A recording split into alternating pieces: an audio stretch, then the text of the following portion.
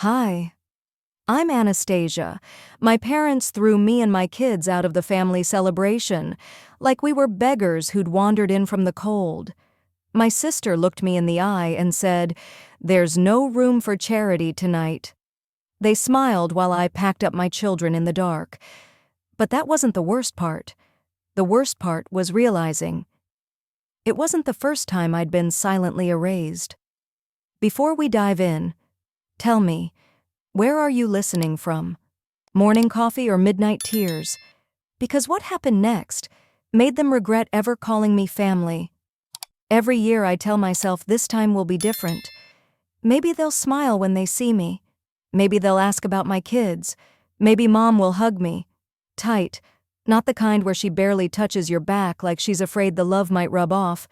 But as I turned into the driveway, same gravel crunching under my tires, same faded family first banner sagging from the porch railing, that old familiar tension wrapped around my ribs like wire.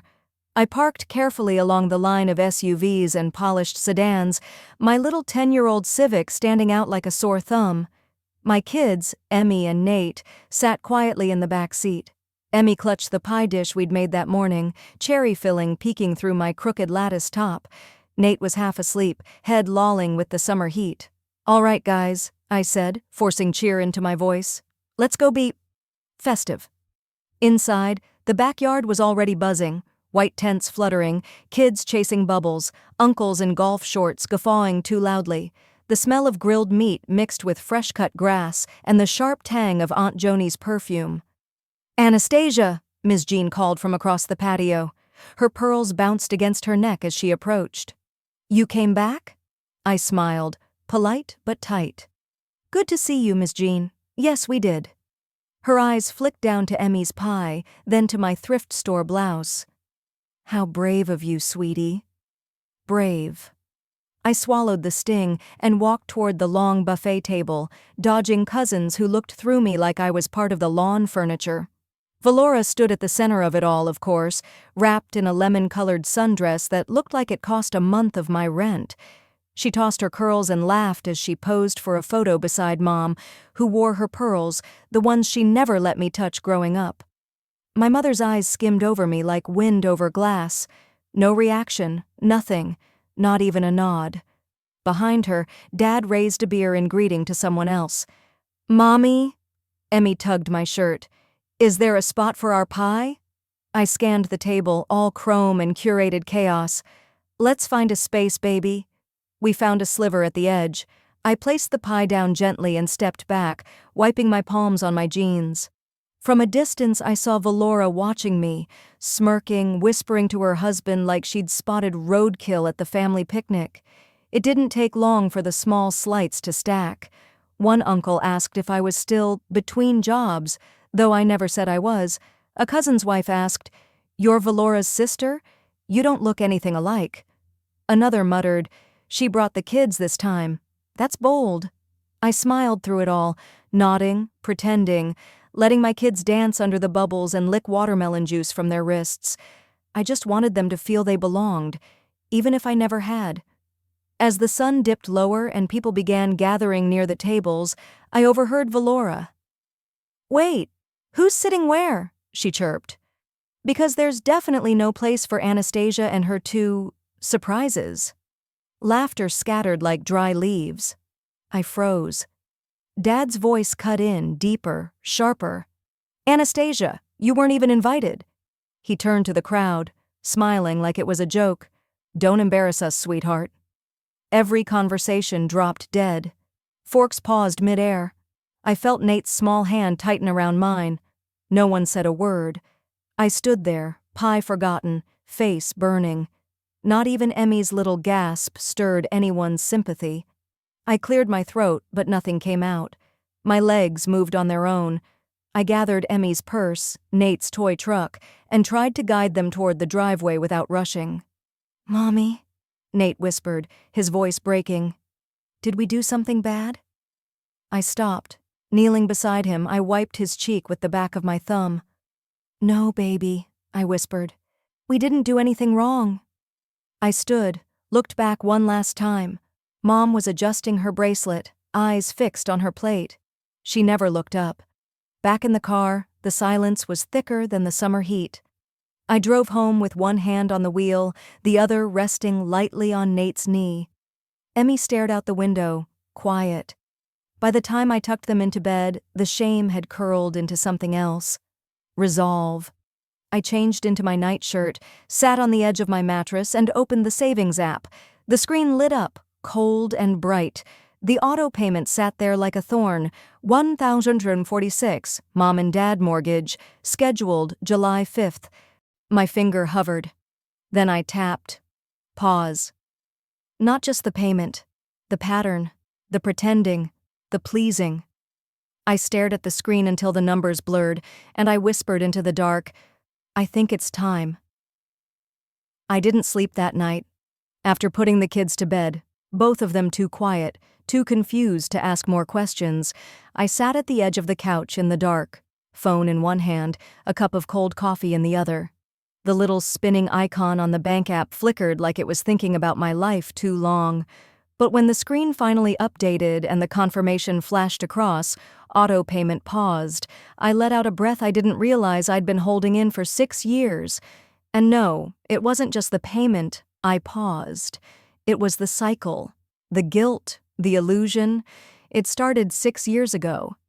I still remember the sound of my phone ringing in the kitchen.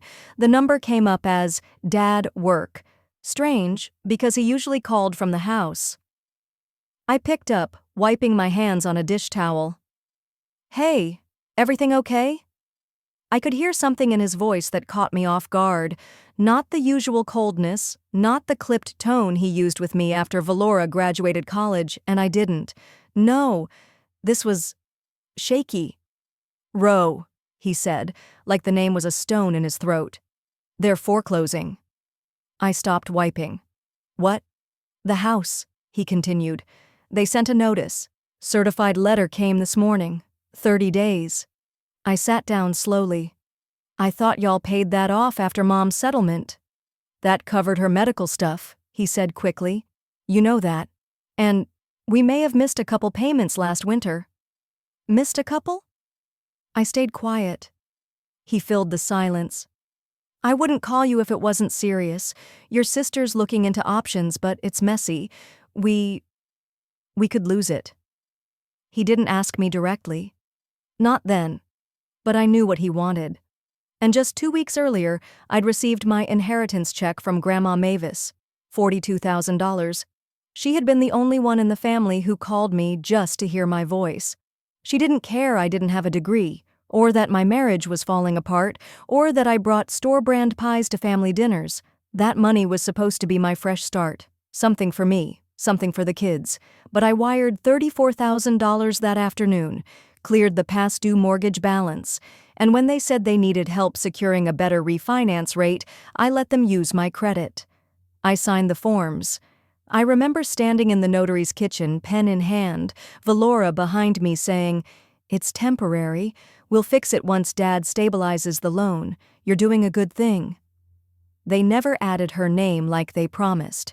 They never refinanced again. I pulled the folder out from the closet this morning, long after sunrise, once I finally peeled myself off the couch. The folder had water stains from that flood back in 2021, and half the papers were creased from years of being shoved under tax returns and PTA forms. But everything was still there. My name, the loan account number, the email thread between me and the bank officer, even the copy of the deed. What caught me off guard wasn't just that my name was still listed, it was the renovation permits. I blinked at them. The deck. The new bathroom, even the pool heater Valora bragged about last year on Facebook. All approved under my credit, all pushed through without my explicit permission. Somewhere in the background, my daughter was humming while brushing her teeth. Her brother was playing with toy cars on the living room rug, narrating a little crash scene between a fire truck and a police cruiser. Then I heard her ask, in that soft, careful voice of a child who's starting to see the truth but isn't ready for it yet, Mom, why don't Grandma and Grandpa ever hug us goodbye? I swallowed. She asked again, Did we do something bad? I couldn't answer her, not in words she deserved, so I just crouched down beside her and wrapped my arms around both kids. "Sweetheart," I whispered, "some people don't know how to love the right way. That's not your fault. It never was." At noon, I logged into the mortgage portal and clicked on Remove Autopay. I double-checked everything. Then I opened my Gmail and typed up the message. "Dear Mom and Dad, I wanted to inform you that as of August 1st, I will no longer be making payments toward the mortgage at 52 Briarwood Lane. This decision comes after deep reflection. Please make the necessary arrangements. Regards, Anastasia." I read it 3 times before pressing send. No anger, no cursing, no pointing fingers, just the sound of a door closing and locking from my side. Around 3 p.m., I heard my phone buzz on the counter. "Dad." I let it go to voicemail. Then a second buzz. This time, a text. "Did you forget the mortgage is due this week?" No greeting, no, "How are the kids?" Just the same cold line as if nothing happened 2 nights ago. I stared at the screen for a long moment. Then I opened the voice memo app. My thumb hovered. I wasn't sure why at first, but something in me shifted. I hit record. "No," I said softly into the mic, "but I remember everything else." I looked toward the kitchen window. The sun was lower now, casting long shadows across the yard, and for the first time in a long while, I felt the quiet wasn't mocking me. It was freeing me. I hit record, because from here on out, I wasn't keeping their secrets anymore. I didn't even listen back to the message, just saved it, for myself. The house was silent except for the hum of the fridge and the low creak of the ceiling fan spinning overhead. I stood in the middle of the kitchen, barefoot, phone still in my hand, and I could feel it. Something had shifted, not just in them, in me. The next morning, I packed my lunch like usual: turkey wrap, string cheese, apple, and a small sticky note my daughter had scribbled, "You're my hero, Mom." I folded it into my wallet. Work was only 15 minutes from home, but that ride felt longer than usual. I turned off the radio halfway there. My mind kept looping back to everything.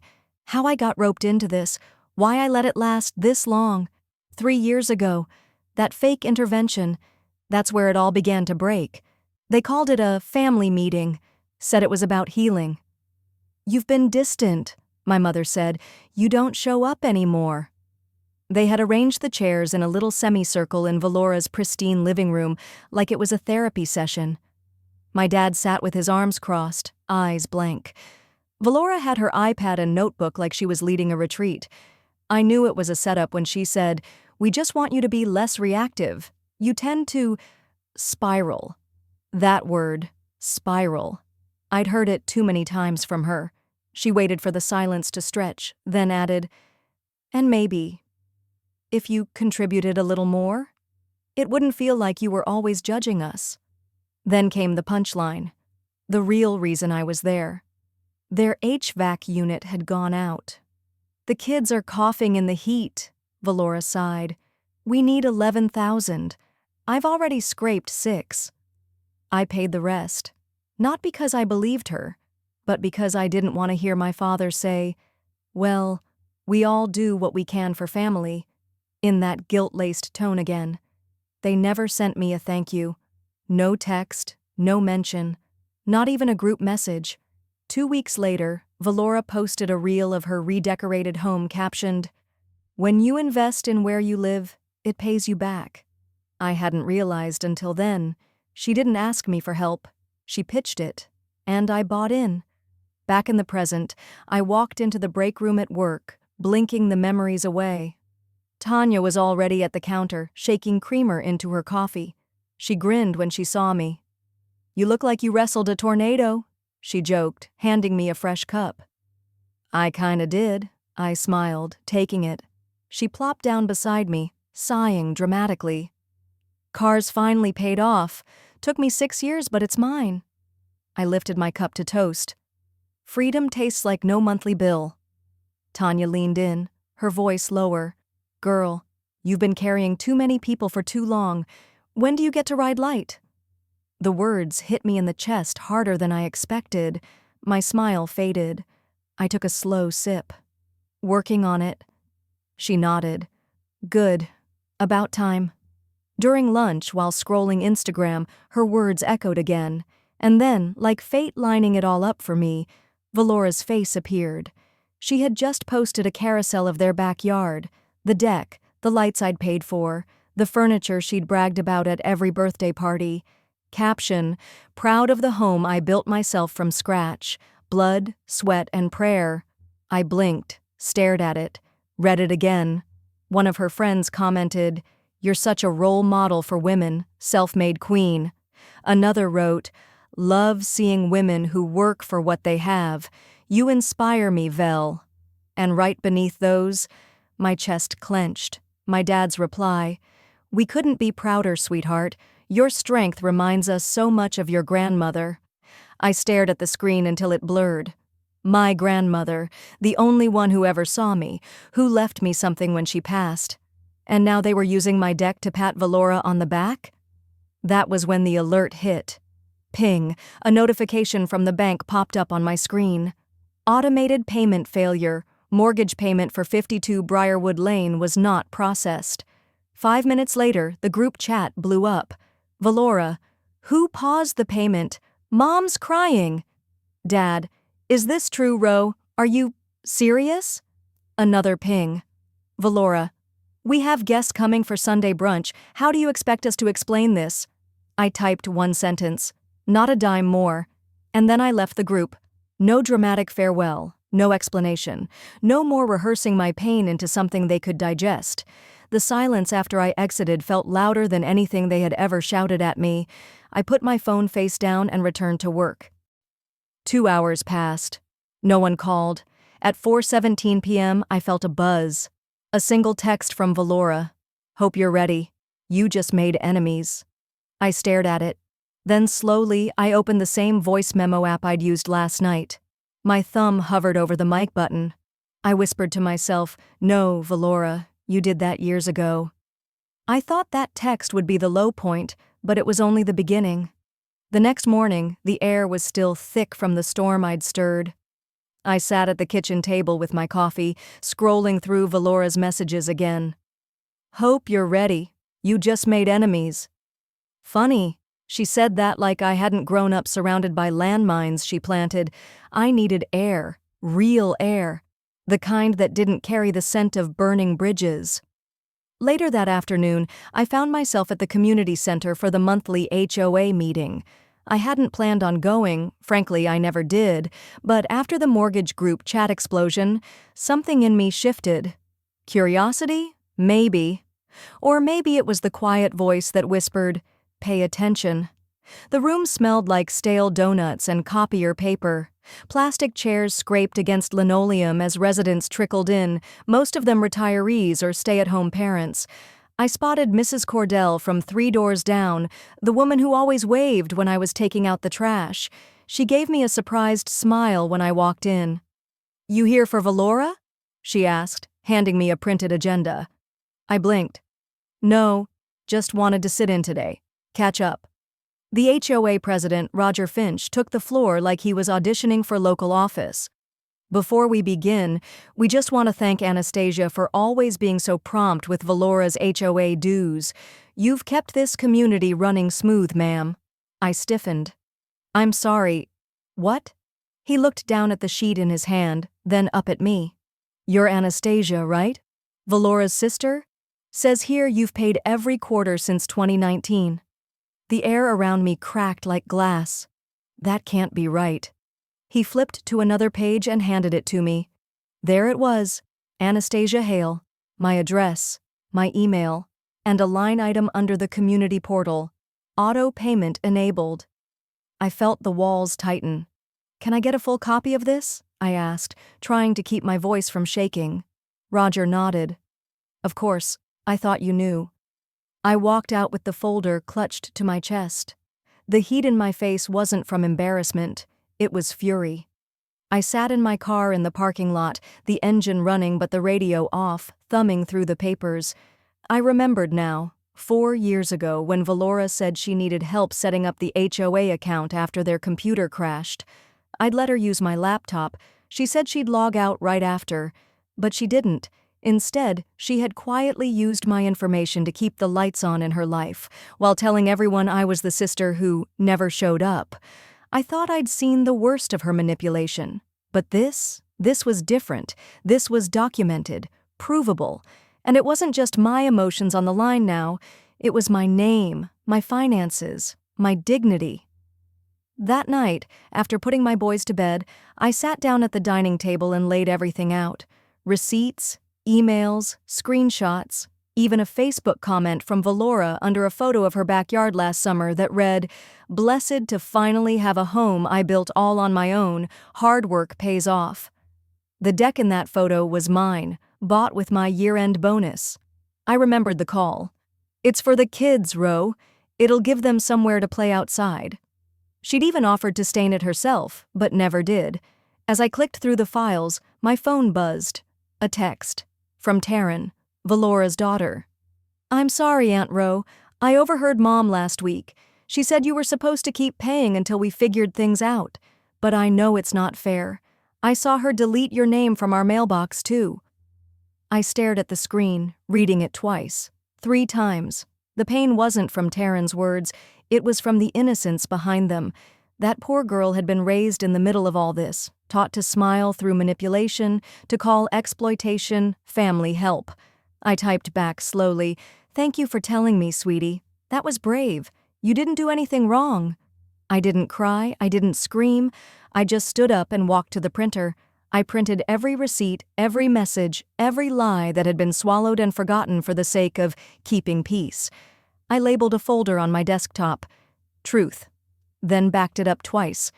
They had made a ceremony out of pushing me out of the family. But now I had the lights, and I was ready to flip the switch. I whispered aloud, just for me. "They made a show of throwing me out. Let's see how they handle the lights turning on." I didn't plan on exposing them, but sometimes the truth doesn't ask permission. It just sits there, quiet, waiting for someone to finally stop pretending. That next morning, I couldn't sit still. The file folder with HOA receipts lay open on my kitchen table, right next to a chipped mug of lukewarm coffee I'd forgotten to drink. My eyes kept drifting back to the name printed over and over. Mine. The payments, the dues, the signatures, all tied to me, all exploited by someone who once called me part of the furniture she didn't choose. I pulled out the drawer of my filing cabinet, the one I hadn't touched in years, not since the divorce. Folders, legal pads, envelopes, and then one blue folder marked with an old sticky note that read, "Mortgage Docs, 2014. I sat down, the chair creaking under the weight of more than just my body.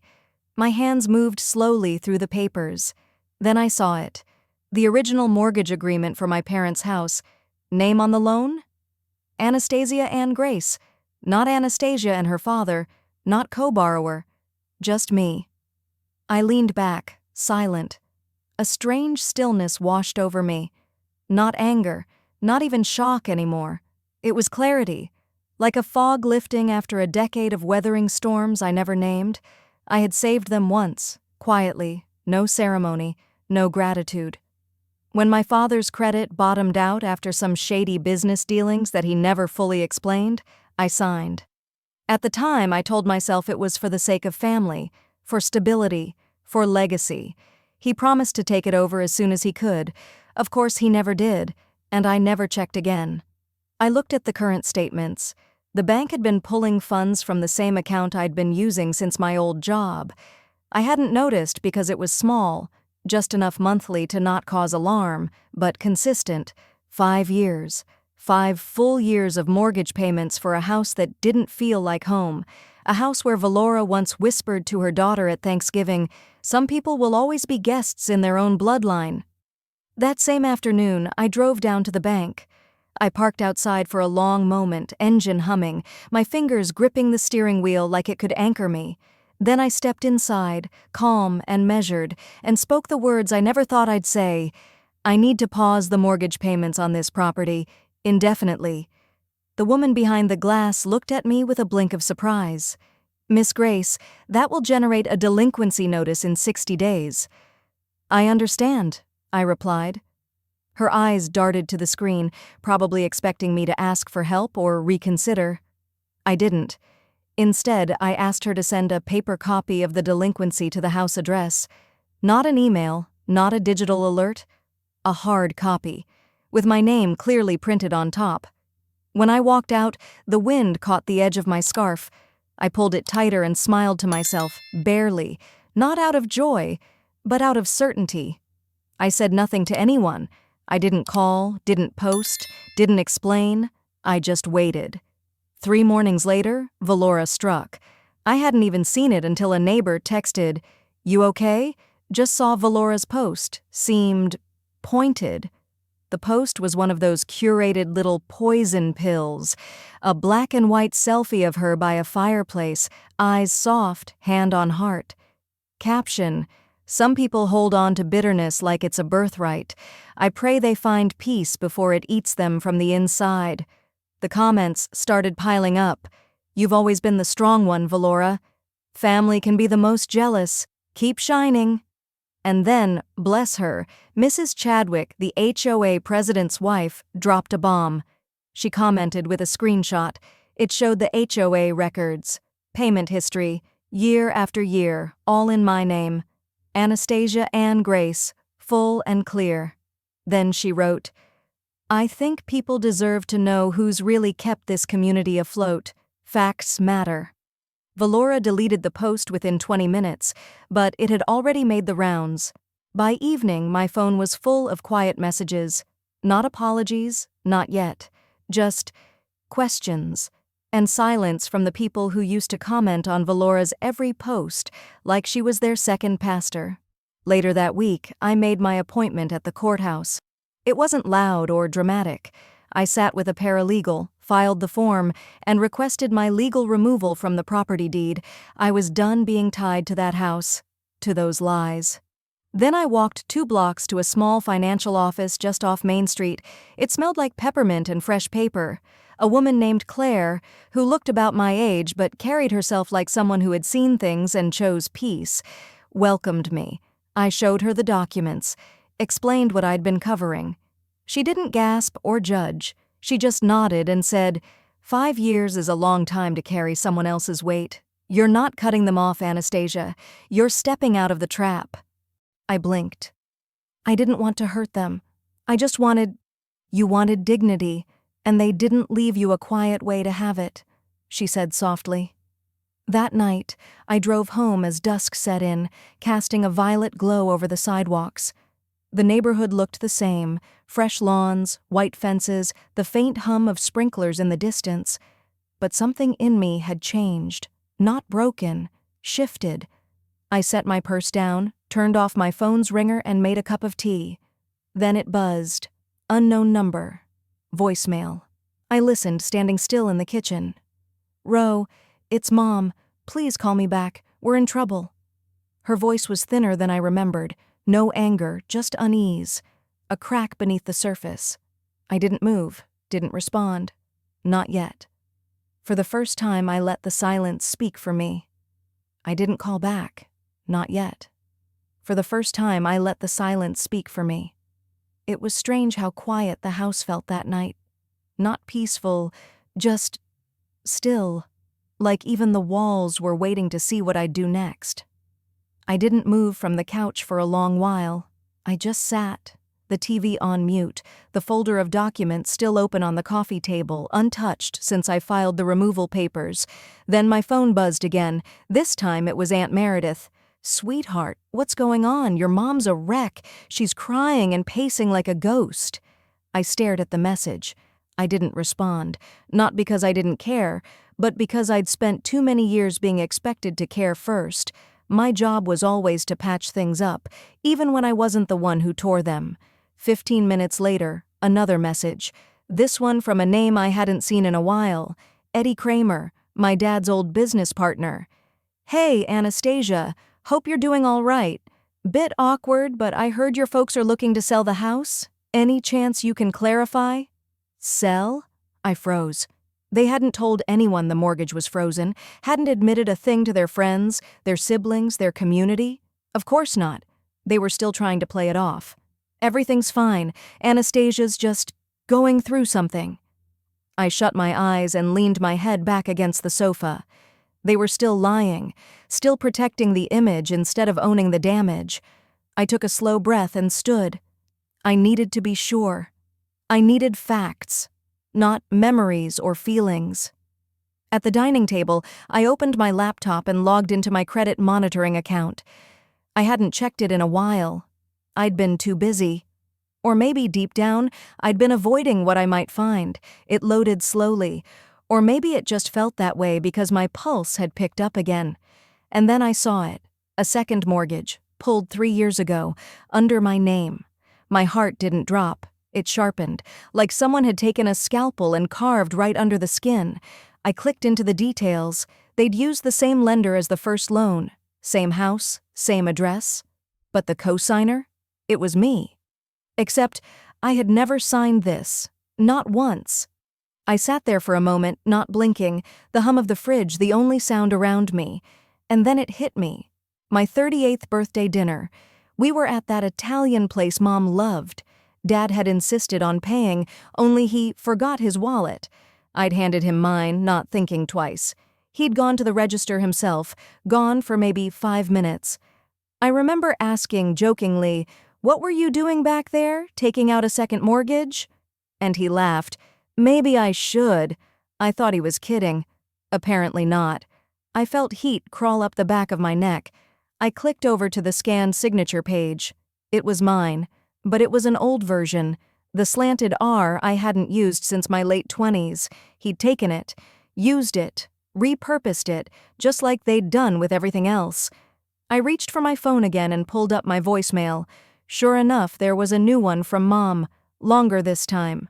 Her voice was shaky, but not apologetic.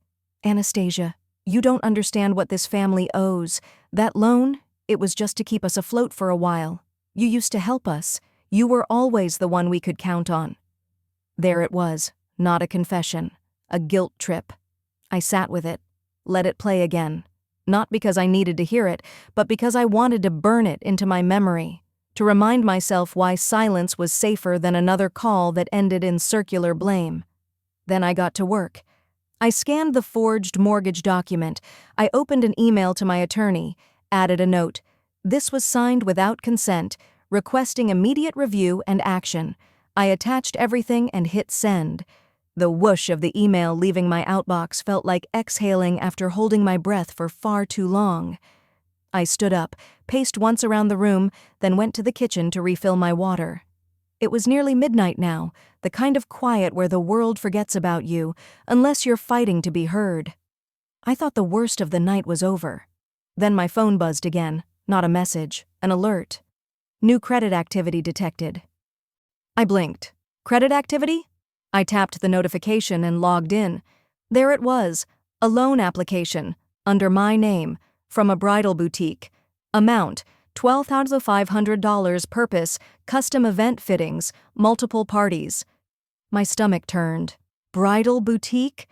I quickly pulled up the company's name, tapped over to their social media page, and there she was, Valora, laughing in a silk robe, surrounded by women holding champagne glasses. The caption, "Fitting day with my girls." The boutique was tagged. I didn't scream, I didn't cry.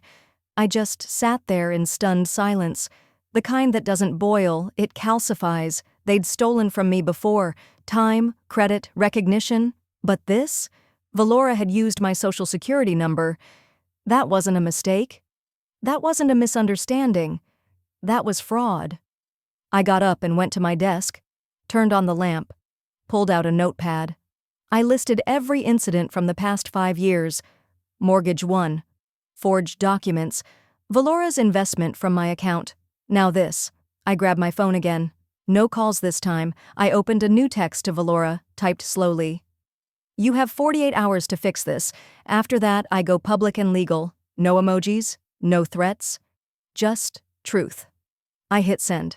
Put the phone down. I didn't wait for a reply. Instead, I walked back to the kitchen, poured the rest of the water down the sink, turned off the lights, and went upstairs. Let the silence do the talking now. I didn't answer her post. I didn't reply. I didn't even blink.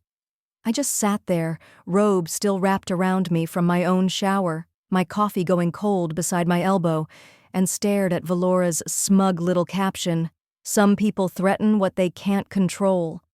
It wasn't even the words, it was the look on her face, chin up, eyes glinting with triumph, wrapped in ivory silk, like the world had handed her a crown she forged using my name, my history, and a loan I never applied for.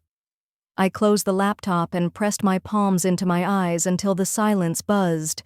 Then I opened it again, not to respond, but to finish what I had already started. My documents were still up. Every bank notice, every notification of the forged mortgage, every trace of Valora's boutique loan she'd filed using my social security number. I had stared at those files so long the edges were etched into my mind. I knew every line of that forged signature better than my own. "Mom?" My son's voice broke the silence. He was barefoot, holding a bowl of cereal, blinking sleep from his eyes. "Why are you crying?" I hadn't realized I was. I reached for a napkin. "I'm not, baby. I just spilled something." He gave me that long look kids give when they know you're lying but decide to love you anyway. Then he patted back toward the hallway. I took a deep breath and sat back down. This time I didn't hesitate. I clicked into the HOA forum, the one our neighborhood used for everything from lost dogs to bake sale announcements. My parents practically worshipped it. It was their stage, their little suburban pageant. So I gave them something to look at. I started typing. Slowly at first. "Since this family matters so much to this neighborhood," I wrote, "I thought you'd want to know what charity looks like behind closed doors." I attached screenshots, Valora's boutique loan application, the mortgage statements with my name and SSN tied to it, and even the photo of our family mailbox with my name scraped off. One by one, the files stacked like bricks in a wall. No yelling, no insults, just truth. I hit post. It took less than 10 minutes. The comments came fast, faster than I'd expected. "Wait, what is this? I always thought something was off with that family. Didn't Valora just have a $30K wedding dress fitting? Is this real?" I didn't respond. I sat still, my heart thudding like it was learning a new beat. It wasn't satisfaction I felt. It was something deeper. A release. Like the weight I'd carried for years wasn't mine to hold anymore. By mid-morning, the HOA president emailed me. Subject line, "Urgent. Need to speak." He asked to meet in person. I agreed, as long as it was on neutral ground. The community center, 2 p.m. Before I left, I received a voicemail from Valora's husband, flat, clipped, cold. "I don't know what this is about," he said, "but dragging everyone down because of some grudge, yeah, that's not how you fix things. Grow up." I didn't save the message. I didn't need to. The words were predictable, defensive, lazy, the kind of thing people say when they realize the image they built is cracking, and they're too fragile to admit they were part of the break. At 2 sharp, I stepped into the HOA clubhouse. Mr. Desmond, the president, was already seated at the corner table near the fireplace. He stood when I entered, gesturing toward the chair across from him. "Anastasia," he said carefully, like I was a grenade, and he didn't know where the pin had gone. "I've reviewed the documents. Is everything you posted accurate?" "It's all backed up," I said, handing him the folder I'd printed. "With timestamps, and I have emails confirming the transactions weren't authorized." He looked through it in silence, then sighed. "This complicates things. Your parents are well liked here. Then they should have acted like people worth liking." He didn't disagree, just nodded quietly. As I left the clubhouse, my phone buzzed with a new HOA forum notification. A comment, anonymous. "I wasn't going to say anything," it read, "but Valora once borrowed $8,000 from us. She said Anastasia was in rehab and the family was barely getting by. We never saw the money again." The user's name was blank, but I knew who it was, Mrs. Leona from down the street. She'd been kind when I first moved in. I read the comment 3 times, and then I responded, "You're not alone." What followed was an avalanche. More neighbors shared stories. Some had been manipulated into donations for my supposed medical bills. Others admitted to noticing how I'd vanished from family events but were told I'd chosen a different path. One woman posted, "I once saw Anastasia drop off a check to their doorstep. Valora told me she was just a delivery person." A delivery person. I sat on the edge of my bed, staring out the window as the sun began to dip. The sky had shifted, bruised purple, like the truth had finally punched its way through the calm. Later that evening, I walked out to check the mailbox, not because I was expecting anything, I just needed air. That's when I saw it. A small white envelope taped to the front of the box. No stamp, no address. Just my name, printed in Valora's unmistakable script. I peeled it off slowly, my hands steady. Written in red ink, across a single sheet of paper. "You wanted war, you got it. V." I didn't open it further. I didn't crumble. I didn't even curse.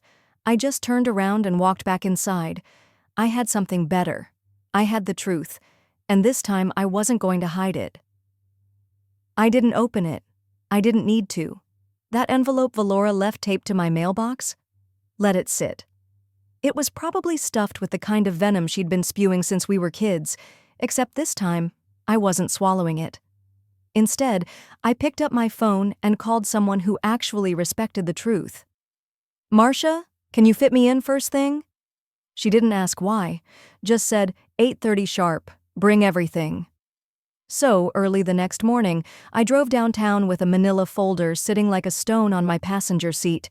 Inside, copies of forged mortgage authorizations, emails between Valora and the bank where she'd pretended to be me, the HOA dues I'd paid from my account for their home, and the receipts that screamed everything they wanted buried.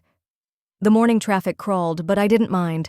My hands didn't shake. No anger, no panic, just quiet focus.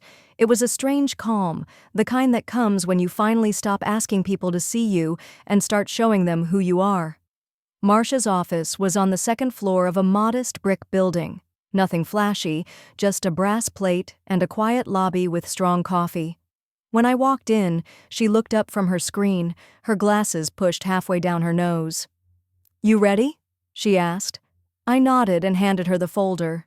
She flipped it open and didn't say much for the first few minutes, just skimmed, flagged, and typed. Then she paused, tapped a page, and looked at me over her glasses. "They used your social. That's federal." I swallowed the rising heat in my chest. "I know." "And the HOA payments?" "Came out of my account for the last 11 months. Auto-drafted." Marcia leaned back. "All right, we'll start with a cease and desist. They'll get it before the weekend. We'll loop in the HOA too, since it involves shared property fraud." She scribbled something on a legal pad. "And Anastasia, this isn't personal. This is just correction. Long overdue." She didn't say revenge, and I didn't need her to. It wasn't about payback. It was about getting my name back. I left her office just after 10. The sky had turned silver gray, threatening rain. On the way home, I stopped for gas and grabbed a sandwich I barely touched. My phone buzzed non-stop, neighbors replying to the HOA thread from the night before. Dozens of them, some defensive, some apologetic. One woman simply wrote, "Thank you. I thought I was the only one." By noon, the HOA president, Mr. Ellis, had called for an emergency board meeting. I didn't attend. I didn't need to. The documents spoke louder than I ever could. By 5 p.m., their verdict was posted online. Effective immediately, Valora Harridan, Donald and Charlene Harridan are suspended from clubhouse privileges pending investigation into financial misuse of HOA resources. Gym access revoked, community board listings paused. No warning, no ceremony, just a digital notice. Clinical, cold, final. I imagined Valora at the gym, swiping her card and hearing the beep that told her she didn't belong anymore. The same kind of beep I'd heard at the family gate that night they locked us out. Poetic. That evening, I returned to my porch with a cup of tea in hand, the wind sharp with the scent of rain. A printed sheet was now tacked to the HOA bulletin board next to the playground, per public protocol. To whom it may concern, any further use of Ms. Anastasia Hartley's name, social security number, or property-related identifiers will result in immediate legal action. This is formal notification under federal statute. A dad picking up his toddler glanced at it, then at me. He gave a slow nod.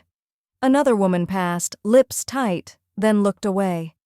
No one laughed, no one said, "But they're such a nice family." That silence? It was the sound of masks slipping. Later that night, after tucking my kids in, still giggling about how Grandma got banned from the gym, I sat on the couch and finally exhaled. Not out of exhaustion, but release. I wasn't hiding anymore. I looked down at my hands and remembered something. Something from long ago. I must have been 7. Valora had broken one of Mom's vases during a game of tag in the hallway. It was antique, apparently valuable. I remember how the shards sparkled on the carpet. When Mom stormed in, Valora pointed at me, face innocent. She did it. I hadn't even opened my mouth yet before Mom said it, sharp and quick. Anastasia, be the bigger person. Don't make a scene. I took the blame. And that was the blueprint.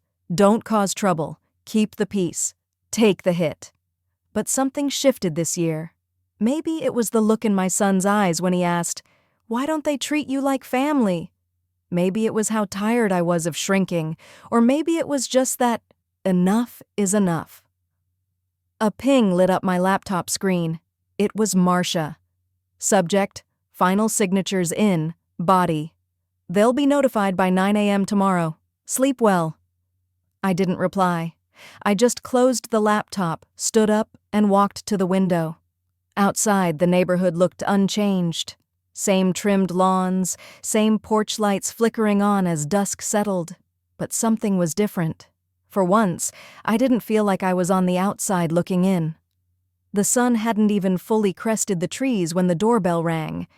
A short, abrupt sound. More business than invitation. I was already dressed. Sitting in the kitchen, my hand wrapped around a warm mug I hadn't sipped from. The steam curled into the silence.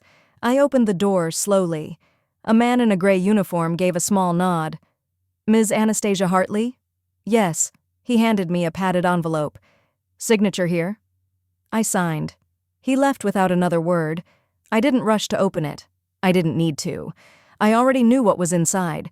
Confirmation from the bank. My name cleared. Their accounts frozen. The investigation officially opened. I placed the envelope on the table, sat back down. No fireworks, no adrenaline, no tears. Just stillness. For the first time in what felt like decades, I wasn't holding my breath. I glanced toward the hallway where my kids were still asleep, limbs tangled in blankets, safe. That was all I ever wanted. Safety. Not approval, not applause, just a place where we wouldn't be asked to leave like we'd tracked dirt into someone else's life. A soft breeze moved through the kitchen screen door. I let it stay open. Let it move through the house the way truth had finally moved through me. And somewhere in that quiet, my mind wandered. Back to a Thanksgiving years ago. I'd been the only one still working 2 jobs back then. Valora had asked if I could help out with groceries, just this once. I paid for everything. Turkeys, wine, pies, even the centerpiece she'd sent me a Pinterest photo of. That night, she posted a dozen photos of the evening. Everyone smiling, my name nowhere in the caption. Family dinner, thanks to everyone's hard work. Not even a thank you in private. I remember reading that caption standing by the sink after cleaning up her kitchen. My fingers smelled like dish soap and cranberry sauce. My eyes burned. But I stayed silent. I always did. Not anymore. A ding pulled me out of the memory. My phone. A message from Nora across the street. "Nora, 9:46 a.m. You need to see this. It was a video." I hesitated, then hit play. Valora. She was standing in the center of the HOA clubhouse, hair messy, eyeliner smudged, her voice cracked between sobs. "This is my sister's doing. She's ruining everything. They took away our gym access, our pool cards. We can't even enter the tennis courts. Do you know who we are?" The board members didn't respond. Not one word, not even eye contact. Some sat stiffly. One woman leaned slightly away from her. Another looked down at her clipboard. Valora turned in a slow, wild circle. "Say something! Say you'll fix it! This is harassment! My parents are elderly!" Still silence. Her voice cracked higher. "Anastasia, I know you're watching this. You're punishing all of us. For what? A few mistakes? You're my sister." And then she screamed. Not words, just noise, raw and embarrassed. I closed the video. I didn't feel satisfaction. What I felt was distance. The kind of distance you feel when you look back on something and wonder how you ever stayed so long. I didn't send it to anyone. Didn't reply. I just slid the phone face down on the table. Later that day, I stood in the hallway, looking at the cluttered shelf where old mail and keys tended to pile up. I reached over to the answering machine. Yes, I still kept one. Out of habit more than anything. 12 messages. The first was from my mother. "You've made your point, Anastasia. Now undo this. Delete. Valora, you are being cruel. This isn't who you are.